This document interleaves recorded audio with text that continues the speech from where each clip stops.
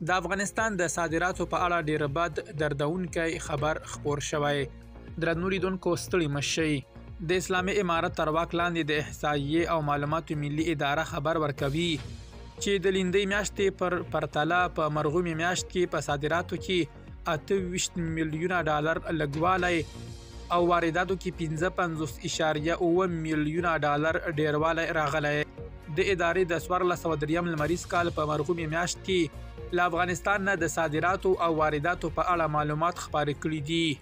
د احصایې او معلوماتو ملي اداره ډیروي د 1403 لمریز کال د مرغومي میاشتې د صادراتو او وارداتو اړوند شمیرو له مخې په دې میاشت کې د هیواد په کچه د صادراتو ټول ارزښت 162.2 میلیونه ډالر او د وارداتو ټول ارزښت 199.2 میلیونو ډالرو ته رسیږي.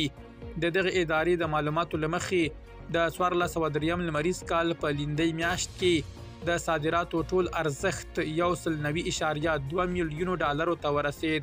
د دغه ادارې د معلوماتو له مخې د 1403 لمریز کال په لیندۍ میاشت کې د صادراتو ټول ارزښت 190.2 میلیونو ډالرو ته رسید. د دغو شمیرو له مخې د روان کال د مرغومي میاشتې د صادراتو ارزښت د لیندۍ میاشتې د صادراتو پر پرتله 28 میلیونه ډالر لږ شوی.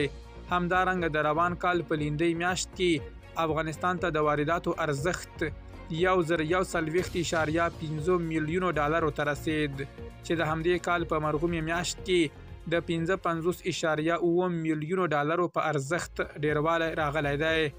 د احصایې او معلوماتو ملي ادارې د معلوماتو له مخې په مرغومي میاشت کې تر ټولو ډیر صادرات هندوستان ته د 15 میلیونو ډالرو په ارزښت، ورپسې پاکستان ته 50.4 میلیونو ډالرو په ارزښت او متحده عربي اماراتو ته د 5.9 میلیونه ډالرو په ارزښت شوي دي.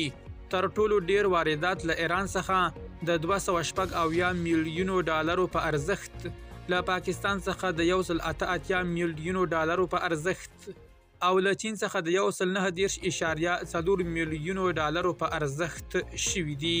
درنو لیدونکو له ملتیا مو مننه.